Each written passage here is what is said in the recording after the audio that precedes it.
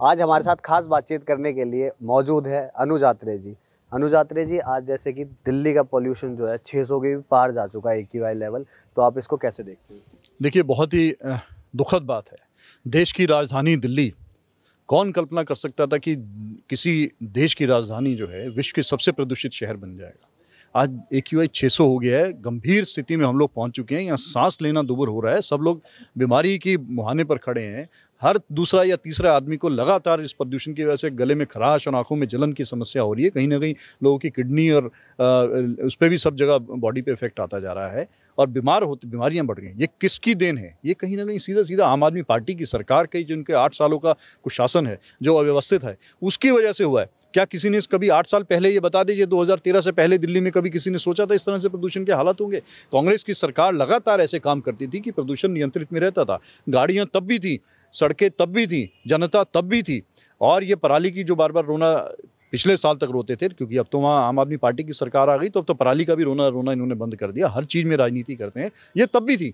लेकिन प्रदूषण कंट्रोल में रहता था कि कांग्रेस की सरकार, दिल्ली की मुख्यमंत्री शीला दीक्षित जी काम करना जानते थे कि ये क्या समस्या आनी है, उसका क्या समाधान होना है। लगातार सड़कें बनाई जाती थी, फ्लाईओवर बनाए जाते थे, पब्लिक ट्रांसपोर्टेशन को मजबूत किया जाता था ताकि लोग कम से कम अपनी प्राइवेट गाड़ियां लेकर के निकले। लेकिन हालात ये है कि पब्लिक ट्रांसपोर्टेशन ध्वस्त हुआ पड़ा है। लोगों को मजबूरी अपनी निजी गाड़ियां, अपने निजी टू व्हीलर्स पे लेकर के चलना पड़ता है, जिनकी वजह से धुआं अधिक होता है। 2 साल से दिल्ली में एक पराली का इन्होंने घोल बना करके रखा हुआ था, जो 68 लाख की पराली को इन्होंने 22 करोड़ रुपए जिसपे प्रचार पे खर्च दिए और कहते थे कि पंजाब की सरकार हमसे वो पराली का घोल ले और अपने किसानों को बांटे तो पराली जलाने की आवश्यकता नहीं होगी। वो कहाँ गया घोल इनका? क्यों नहीं दिया इन्होंने पंजाब की सरकार को अपनी? अब तो इनकी सरकार है। तो ये स्पष्ट दर्शाता है कि वो घोल भी इनकी तरह ही नाकामयाब था, वो घोल भी बिल्कुल इनइफेक्टिव था और पंजाब में पराली की समस्या और विकराल रूप से होकर के आई है। लेकिन केवल पराली ही दिल्ली में प्रदूषण के लिए जिम्मेदार नहीं है। इस सरकार की गैर जिम्मेदाराना तरीके से काम करना, ये दिल्ली में प्रदूषण का वो है कि लगातार जो व्हीकल्स बढ़े हैं, जो सड़कें टूटी हैं, ये है जो रिसर्च की रिपोर्ट्स आई है। उसमें सरकार की जिम्मेदारी बनती थी कि पब्लिक ट्रांसपोर्टेशन दुरुस्त करते, लेकिन पब्लिक ट्रांसपोर्टेशन पे इनका ध्यान नहीं है। DTC की बसों में लगातार जैसे जैसे देखा है कि बसें घटती जा रही हैं, लोगों को मजबूरन अपनी मोटरसाइकिल, स्कूटर और गाड़ियां लेकर के चलना पड़ रहा है, जिसकी वजह से पड़ रहा है। और जगह जगह ये सड़कों पे इनका ध्यान नहीं है, सड़कें टूटी पड़ी हैं। देखिए यहाँ भी अब आप देखिए कितनी धूल मिट्टी है, ये डस्ट उड़ करके हवा में रहती है। ये धूल के कण जो है लोगों के, ये प्रदूषण का कारण बनते हैं, लोगों के शरीर में जाते हैं, सांस में जाते हैं। ये सब किसकी नाकामी है? ये जनता का कसूर नहीं है, लेकिन भुगतना जनता को पड़ रहा है। आज बच्चों के स्कूल बंद करने का इन्होंने ऐलान कर दिया। बच्चों की पढ़ाई जो नुकसान हो रहा है उसके लिए कौन जिम्मेदार है? सरकार की नाकामयाबी की वजह से बच्चों को घर बैठना पड़ रहा है, स्कूल की पढ़ाई नुकसान हो रहा है, ऑफिस की छुट्टी करनी पड़ रही है, इनको काम कहीं ना कहीं नुकसान हो रहा है। ये क्यों? जनता का क्या कसूर था? जनता ने तो आपको भरपूर मैंडेट देकर के किया। दिल्ली में पैसे की कमी नहीं है, बजट की कोई कमी नहीं है, फिर भी काम नहीं हो रहा है। तो ये दर्शाता है कि नाच ना जाने आंगन टेढ़ा और दूसरे के ऊपर ठीकरा फोड़ना ये इनकी पुरानी आदत। तो आज जो महत्वपूर्ण एक बैठक हुई है DPCC ऑफिस में, आप उसके क्या उसमें निर्णय लिया गया? देखिए, राहुल गांधी जी ने एक भारत जोड़ो का एक संकल्प जो लिया है, उसको लेकर के कन्याकुमारी से कश्मीर तक वो जनता के साथ गुजरते हुए जाएंगे, सड़कों से और मिलते हुए, संवाद करते हुए, आप भारत जोड़ो का संदेश देते हुए जा रहे हैं। तो जिस तरह से ये जब से कन्याकुमारी से यात्रा शुरू हुई है, जनता देख रही है देश की कि प्रचंड जन समूह उनके साथ चल रहा है, उनके साथ जो उनका सहयोग करने के लिए और समर्थन देने के लिए, हमें खुशी है उस बात।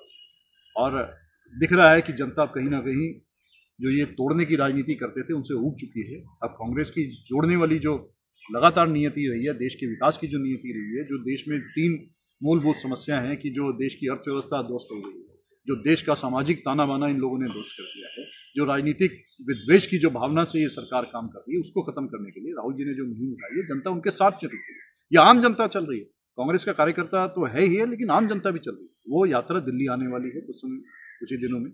उसकी तैयारी को लेकर के दिल्ली भी बहुत उत्साही है। दिल्ली के कांग्रेस के कार्यकर्ता, नेता और दिल्ली की जनता में भी कहीं ना कहीं आम लोगों से भी बात करें तो वो भी चाहते हैं कि राहुल गांधी जी जिस तरह से चल रहे हैं तो वो भी जुड़ना चाहते हैं। तो उसी को लेकर के, तैयारियों को लेकर के बैठक थी। और आज जैसे कि उम्मीद की जा रही है कि चुनाव आयोग हो सकता है कि चुनावों की MCD का एक गुल बजा दे, तो कांग्रेस पार्टी तो तैयार है उसके लिए। हम लोगों ने अपना आवेदन अभी मांगे थे, तो 250 सीटों के लिए 1000 से ऊपर कांग्रेस के कार्यकर्ताओं, नेताओं ने अपने आवेदन किए हैं चुनाव लड़ने के लिए, जो कि दर्शाता है कि जिस माहौल में ये लोग कहते हैं कि कांग्रेस में जान नहीं है, वहाँ पे चुनाव लड़ने के लिए 1000 से लोग ज़्यादा इच्छुक हैं, क्योंकि उनको पता है कि अंडरकरंट कांग्रेस का नाम का चल रहा है और इनकी ये दोनों झूठे दलों से, जो मक्कारों से और भ्रष्टाचारी और फरेबियों के से जनता उब चुकी है और वापस कांग्रेस की ओर आना चाहती है। तो उसको लेकर के आज चुनाव की लेकर के और भारत जोड़ो यात्रा दोनों को लेकर के आज बैठक थी और उसी की तैयारियों को लेकर के आज चिंतन। आज लगभग 4 बजे तक एमसीडी के चुनाव की डेट फाइनल हो जाएगी और कुछ ही दिनों में भारत जोड़ो यात्रा भी दिल्ली तक आएगी। तो आप इसको कैसे देखते हैं कि भारत जोड़ो यात्रा से एमसीडी चुनाव पर कोई फर्क पड़ेगा कांग्रेस के ऊपर? देखिए, ये केवल एमसीडी को नहीं है, पूरे देश पे फर्क पड़ रहा है।